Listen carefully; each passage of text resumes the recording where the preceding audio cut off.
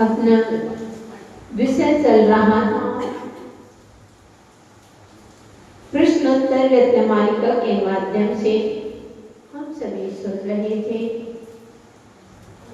बंधुओं, हमने बताया था कि हमारे जीवन की शुरुआत सम्यक प्रश्न से हुआ करती है।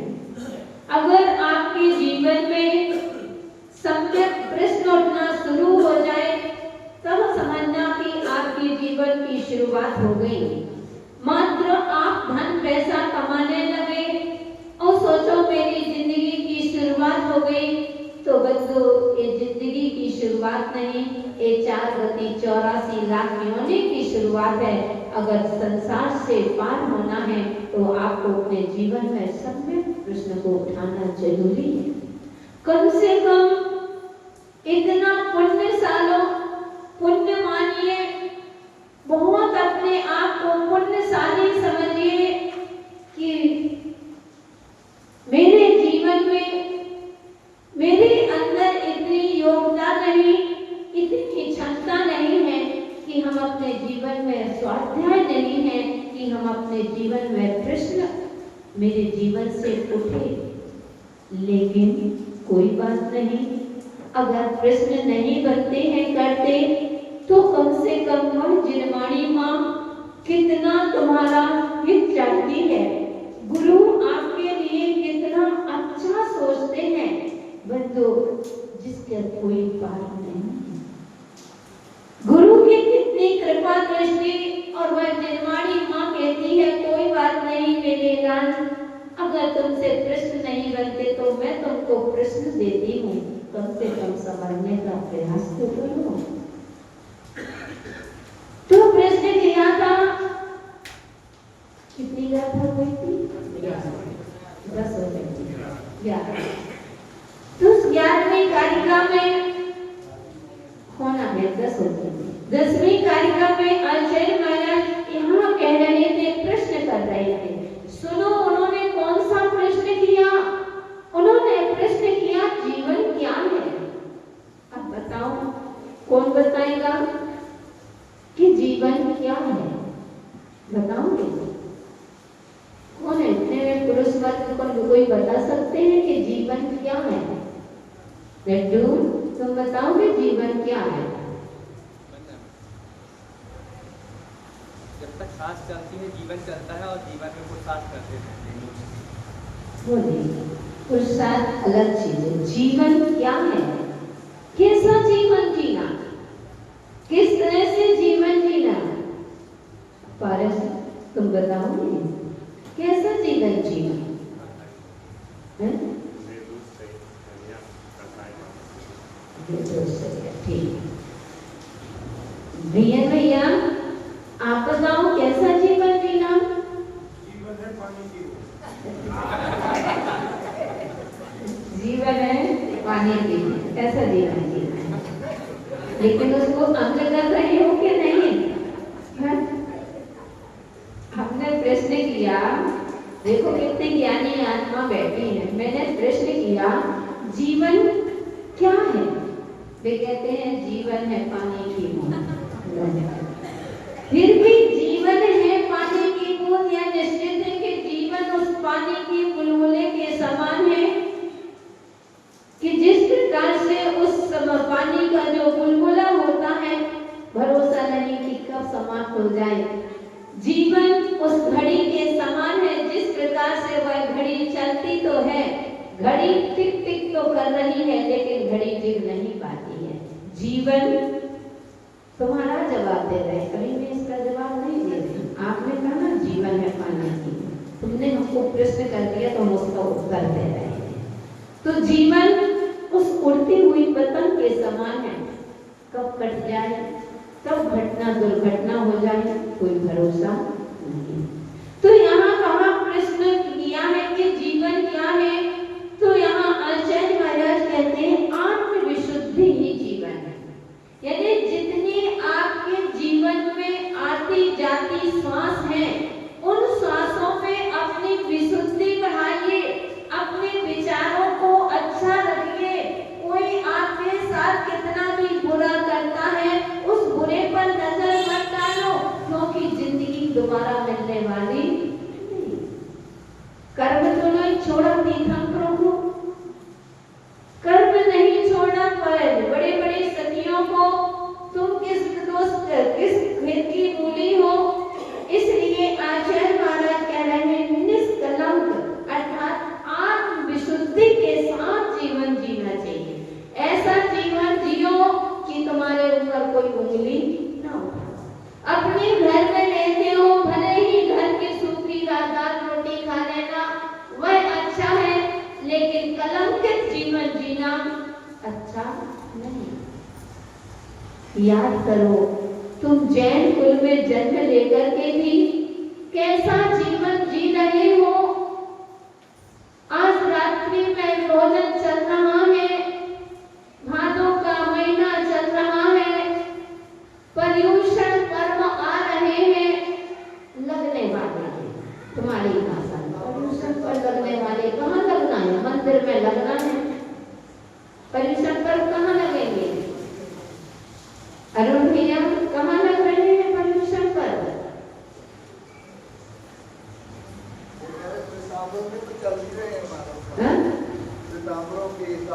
श्वेतांबर की जगह हम तो तुम्हारे पूछ रहे हैं, दिगंबरों के पर्युषण कहाँ लगने वाले?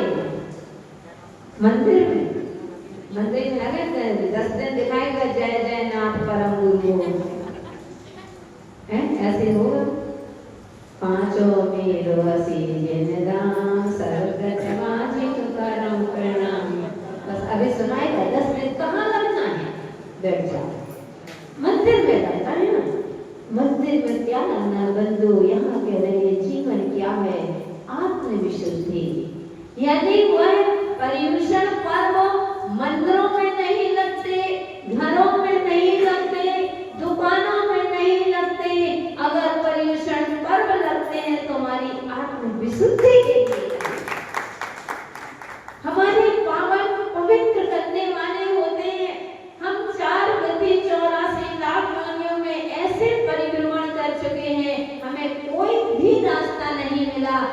पर हमारा उत्थान हो जाए, हमारी विशुद्धि बढ़ जाए। एक मार्ग ऐसा है, मोक्ष मार्ग ऐसा है, वह धर्म है। कम से कम 10 धर्म के माध्यम से अपने जीवन को निष्कलंकित कर, कलंकित जीवन मत जियो, कलंक मत लगाओ। क्योंकि कहते हैं जब वह एक चातकी पक्षी था, वह चातकी पक्षी प्यास लगती है, वह अपनी माँ से कहता है, चातकी से कहता है कि माँ मुझे प्यास लगी है, मुझे पानी पीना है। माँ कहती है बेटा अपने कुल की परंपरा है, अपने कुल में कभी भी नदी और नहर कुआं आदि का पानी नहीं पीते हैं। अपने कुल की परंपरा है कि अपने जो स्वाति की बूंद नक्षत्र होता है, बूंद गिरती है, उसका ही रसपान करते हैं। लेकिन वह पक्षी, वह बच्चा नहीं माना और नहीं माँ मुझे पानी पीना है। माँ ने बहुत समझाया बेटा अपने कुल की परंपरा है, अपने कुल की लाज रखो बेटा, जन्म लिया है तो कम से कम कुल की लाज तो रखो। लेकिन वह बच्चा मानने वाला नहीं। बच्चा कहता है कि नहीं माँ मैं तो पानी पीने जाऊंगा। तो माँ ने कहा कि जाओ। अब नहीं मानोगे तो क्या करोगे? आजकल की संतान को कितना समझाते हैं, बेटा ऐसा नहीं करना, बेटा मंदिर जाया करो, जाओ, तुम पंडितानी बनी तुम जाओ मंदिर, नहीं जाना, ऐसा काम मत करो, कम से कम अष्टमी चतुर्दशी रात में भोजन मत करो, 16 कारण आ रहे चल रहे हैं, इसमें कम से कम रात्रि में भोजन पानी तो मत करो। लेकिन आप कहते चलो हो गई, खूब चल रहा है तुम्हारा धर्म, सुनकर कौन माने? और ज्यादा कहो तो आज की संतान को आपको पता है, जितना आप लोगों ने अपने माता पिता से आप लोगों ने अपना जीवन दिया है, आंख में डरे हो, आज के बच्चे उल्टे आपको ही डरवाते हैं, ज्यादा धमकी देते हैं। एक कलंकित जीवन तो कौन माने? बच्चे को कौन समझाए? तो उस माँ ने कहा जाओ बेटा, अब नहीं मानते हो तो चले जाओ। लेकिन जाते समय माँ ने एक बात कह दी कि बेटा अपने घर की आन बान शान का ध्यान रखना। बस बेटा वह पक्षी उड़ जाता है और जाते उड़ा, और माँ ने कहा कि अगर तुम सच्चे चातकी के पुत्र होंगे तो तुम अपने परिवार में, अपने कुल में कलंक नहीं लगाओगे बेटा, कलंक लगा के मत आना चाहो। आपको भी शिक्षा देना चाहिए बेटा, पढ़ो, खूब पढ़ाई करो, करवा रही है, लेकिन इतना बच्चों से संकल्प दिलवा दो बच्चों को कि कभी भी अपने घर की आन बान शान ना जाए। पढ़ाना बुरा नहीं है, पढ़ाओ, लेकिन इतना भी मत पढ़ाओ कि कल के दिन तुमको ही ना लायक बनाने लगे, क्योंकि समय ऐसा है। उस चातकी पक्षी ने बात नहीं मानी और निकल गया घर से, और जाकर के देखा कि वह उड़ा और एक वृक्ष में जाकर के बैठ जाता है। जैसे ही वृक्ष में बैठा, वहां पर वृक्ष के नीचे गर्मी का दिन था, एक चारपाई पर एक वृद्ध बैठा हुआ था, और जैसे ही वह लेटा था, वह अपने बेटे का इंतजार कर रहा था। बहुत गरीब था, बहुत गरीब था कि सुबह भी कभी कभी भूखा रह जाना पड़ता, कभी शाम को भूखा रह जाना, 2 रोटी भी नसीब में नहीं थी। क्योंकि बंदो गरीबी आती है तो बता के नहीं आती है, वो संपत्ति जब जाती है तो तुमसे बता के जीवन में कब किसका पलड़ा पलट जाए। क्योंकि हमारे आचार्य भगवान भट्टाचार्य विशुद्ध सागर जी महाराज हमेशा कहा करते हैं कि सबके दिन एक से नहीं होते हैं और सब दिन एक से नहीं होते हैं। और आप भी एक यहाँ की विशेष कहावत है कि दूरे के दिन कहते हैं, कहते हैं ना, वो हम देख ही रहे, वर्तमान में देख ही रहे हैं। तो बंधु अब वह बैठा गरीब था, बार बार आंखें ततेर करके देख रहा है कि मेरा शाम हो गई और बेटा जैसे ही आकर के बेटा सामने खड़ा होता है, देखा बेटा का चेहरा लटका था, कुछ भी कमाई नहीं, कुछ भी खाने के लिए नहीं था। तो उसने कहा क्या बेटा आज तुम काम पर नहीं गए, आज कुछ कमा के नहीं लाए क्या? वो चुप रहा। फिर उसने कहा बोलो बेटा क्या बात है? अपन पिता और पुत्र की वार्ता चल रही है। पिता से उसने पूरी घटना बता दी। उसने कहा पिताजी आज मैं कमाने के लिए निकला और रास्ते में मुझे एक पैसों की थैली मिल गई। क्या बोला? पैसों की थैली मिली। तो उसने कहा बेटा, वह बड़ी आश्चर्य से पूछता है क्या बेटा तुमने वह थैली उठा ली क्या? वह कुछ नहीं हुआ। बड़े आश्चर्य से पूछता है बेटा तुमने वह थैली उठा ली क्या? तो वह कहता है नहीं पिताजी, थैली तो मैंने उठा ली, लेकिन फिर मेरे मन में विचार आया कि अगर मेरी एक पाई गिर जाती है तो इतना कष्ट होता है, जिसकी पूरी पैसों की थैली गिरी है उसको कितना कष्ट होगा। तो पिताजी वहां से जो घुड़सवार निकला था जिसकी थैली गिर गई थी घोड़े से, तो मैं उसी के जहाँ से चिन्ह बने थे उस घोड़े वाले के पास में उसी पैद आगे आगे बढ़ता जा रहा था। और वह रास्ते में उस घुड़सवार ने उसने देखा कि मेरी थैली नहीं है। वह वापस लौटने लगा कि रास्ते में मेरी थैली मिल जाए, तो मैं तो नहीं पहुंच पाया। वह लौट रहा था और मैं यहाँ से जा रहा था, तो मैंने उसको वह थैली दे दी। पिताजी जैसे ही मैंने उसको थैली पैसों की पकड़ाई तो वह बड़ा खुश हुआ और कहता है कि बेटा तुम बड़े ईमानदार हो, बहुत सज्जन हो। आज मुझे पता चला कि इतने सज्जन व्यक्ति आज के समय में नहीं। बेटा मैं तुम्हारी सज्जनता से बहुत खुश हूँ। क्या पता किसी और के हाथ में लगते तो पूरी थैली चली जाती। इसलिए बेटा ऐसा करो, आधे पैसे तुम ले लो और आधे पैसे मैं देता हूँ। तो फिर वह पिता कहता क्या बेटा तुमने वो पैसे ले लिए क्या? बोले नहीं पिताजी, मैंने उससे पैसे नहीं लिए। मैंने उससे कहा कि मेरे पिता ने कहा है कि अगर पानी पीना तो ईमान का पानी पीना, कभी बेईमानी का पानी। मेरे पिता ने ईमान सिखाया है। मेरे पिता ने, मेरे परिवार भले ही गरीब है लेकिन मेरे परिवार में इज्जत सिखाई है, इसलिए मैंने पैसा नहीं लिया पिताजी। मैं खाली हाथ लौट आया, इसलिए पूरा दिन इसमें लग गया। बंधु वह पिता जो चारपाई में बैठा था वह उछला, वो खड़ा हो गया, वो अपने बेटे को गले से लगा लिया। बोले बेटा आज तूने मेरे कुल की लाज रख दी। बेटा आज तूने चाट की पक्षी जैसे आज मेरे लाज बचा दी। जैसे ही उस चाट की पक्षी का नाम लिया कि तुमने मेरी लाज रख ली, आज तुमने चातक पक्षी के जैसे तुमने मेरी लाज रख ली बेटा। वह पक्षी सुन रहा है और सुनते हुए वह पक्षी तुरंत लौट गया।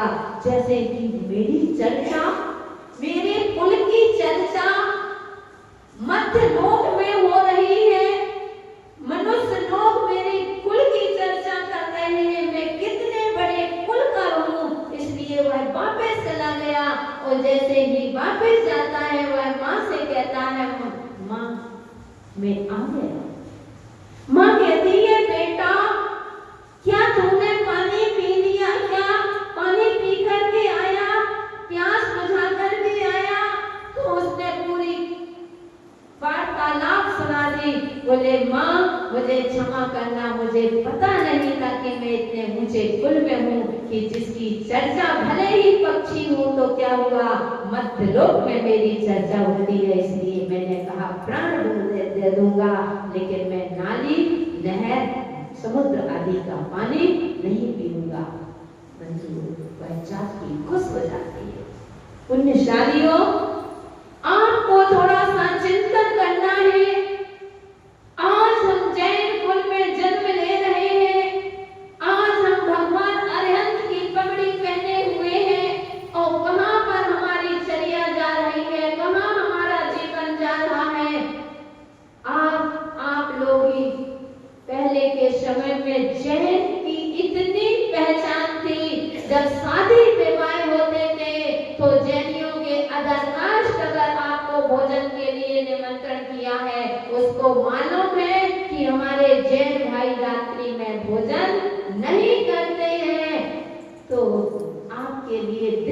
भोजन की व्यवस्था करते हैं। और हाथ जोड़ करके जैनेतर आपसे कह रहा है कि भाई साहब आप मेरी बेटी की शादी है, बेटे की, मैंने कोई भी निमंत्रण में आपको निमंत्रण देने आया हूँ। हमें मालूम है आप जैन हैं, हमने आपकी व्यवस्था कैसे की है, दिन में की है। लेकिन ओहो वह तो कह रहा है जैन कितनी ऊंची कुल है, गर्व करो अपने जैन कुल पर। वह कह रहा है कि भाई साहब मैंने आपकी व्यवस्था दिन में की है।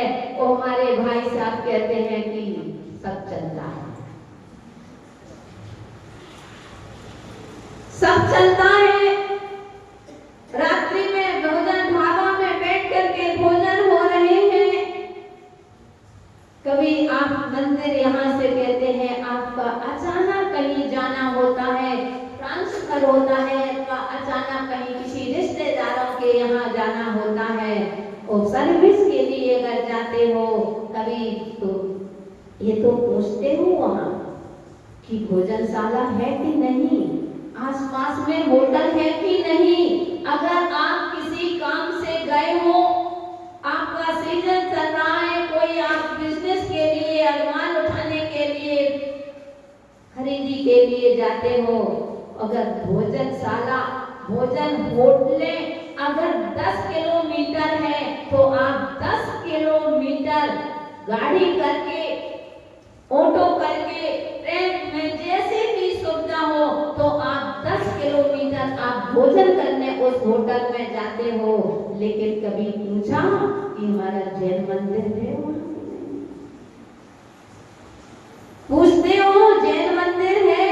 अगर 2 किलोमीटर जैन मंदिर है, कभी आप अलग से गाड़ी करके गए हो कि नहीं मैं पहले जैन हूँ, मैंने मेरा धर्म कहता है कि देव दर्शन पहले करना चाहिए, बाद में पानी पीना चाहिए।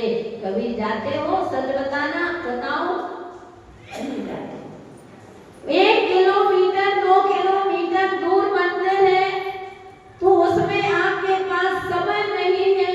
और तो क्या लोग जब त्याग करते हैं, आलू प्याज का त्याग करवाते हैं तो कहते हैं कि माता जी बाहर की छूट दे दो, यहाँ कर लेंगे लेकिन बाहर की छूट दे दें। अरे पुण्यशालियों, जैन कुल में जन्म लिया है, कहते हैं निष्कलंक जीवन जियो, जैन कुल में जन्म लिया है। एक बसात रात्रि में घर में करना नहीं कि माता जी ने कहा, क्योंकि बड़ी ज्ञानी आत्मा है कि हम माता जी ने कुछ कहा था वो कहो मीडिया सदा प्रवचन भी सुना दे, माता जी ने करना ही नहीं चाहिए। लेकिन एक बसात कभी हो तो घर में कर लेना, लेकिन 4 जनों के सामने तुम जैन का, तुम्हारा ठप्पा किसका लगा है? जैन का लगा है, तो भैया बाहर मत खाना। अपने जैन कुल को कलंकित मत करना। जैन कुल में जन्म लेकर के कभी भी अपनी नजरें पर पुरुष से नहीं लगाना, पर स्त्री से कभी अपनी निगाहें मत मिलाओ, क्योंकि तुम्हारी जैन कुल की चर्चा पूरे विश्व में होती है। और उन्हें बात बताया कि जैन भाई कहते हैं सब चलता है। उज्जैनियों के कार्ड में हम देखते हैं जब शादी विवाह, कोई पार्टी आदि, कोई फंक्शन कराते हो, कोई शादी की सालगिरह 25वीं 50वीं जो भी मनाते हो, वो कार्ड छपते हैं तो जैनी भाई के ही कार्ड में लिखे रहते हैं कि आपकी व्यवस्था कब तक, आपके आने तक की, आपकी भोजन की व्यवस्था आपके कार्ड में। जैन कुल में हो और आपके कार्ड में लिखा है कि आपके आने तक की, वो भी नोट में कि आपके भोजन की व्यवस्था कब तक है, आपके आने तक की। अगर आप 12 बजे भी आओगे तो भी मिलेगा, इसका तो तात्पर्य है 10 बजे रात के आओगे तो मिलेगा क्या? नहीं। बंधु किस कुल में जन्म लिया है? जैन कुल। तो इसीलिए कह रहे हैं निष्कलंक जीवन जियो।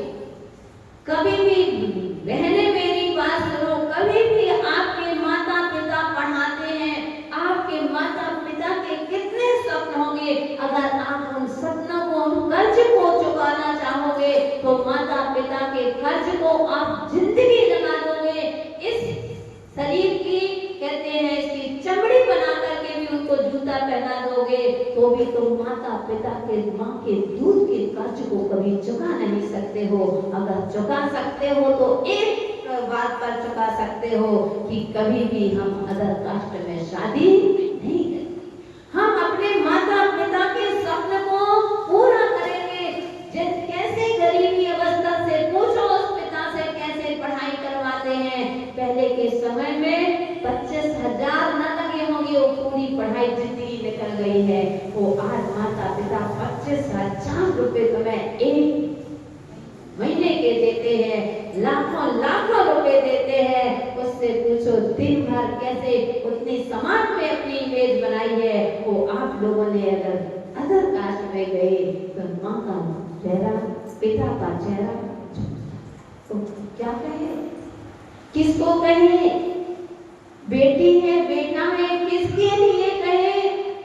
नीचे सिर हो गया, कहाँ सभा में बैठने वाले, समाज में इतनी जिसकी इमेज, आज तुमने क्या उनको दिया कि उनका सिर नीचे। धन्य वह पुत्री, आदिनाथ भगवान की पुत्रियां थी, कह रही थी कि पिताजी सारे राजा महाराजा आपके चरणों में आते हैं, आप जिसके सबसे बड़े हो। पिता कहता नहीं बेटा, हमसे बड़ा कोई और होगा जिसके मुझे क्या करना पड़ेगा, सिर झुकाना पड़ेगा। वह पुत्रियां पूछती हैं ब्रह्मेश्वरी के पिताजी वह कौन है। बोले बेटा मेरा जमाई होगा, जब तुम्हारी शादी होगी जमान होगा, उसके आगे मुझे सिर झुकाना। धन्यवाद पुत्री कहती, धिक्कार है ऐसे जीवन को जो मेरे पिता के लिए 3 लोग के सभी लोग जी नमस्कार करते हैं, वो मेरे कारण से मेरे पिता को सिर झुकाना पड़े। ले लिया ब्रह्मचार्य व्रत की जिंदगी भर के लिए कि ये कहाँ गए, कहाँ गया वह समय, कहाँ गई वह चर्या, कहाँ गई वह भावनाएं, कहाँ गई वह विशुद्धि। और आज अपने मन का ढूंढते हैं हम तो अपने 4 दिन की चांदनी फिर अंधेरी। ऐसा जीवन मत जियो, इसलिए ध्यान रखना समय अपना हो गया है। जीवन कैसे जीना, निष्कलंक जीवन जियो, आत्मविशुद्धि के साथ जियो। अपने माता पिता की, अपने घर की, अपने जैन कुल को निष्कलंकित बनाओ, कलंकित मत करो। अपने घर की आन बान शान का ध्यान रखो, तभी चाहे वह बहू हो, चाहे वह बेटी हो, चाहे वह बेटा हो, चाहे वह पुरुष हो, अपने जैन कुल में जन्म लिया है तो जैन कुल की लाज रखना, निष्कलंकित जीवन जीना पड़ेगा। साचा होगा, अपने समय पूरा होगा। अगली चर्चा कल करेंगे। जय श्री महावीर भगवान की।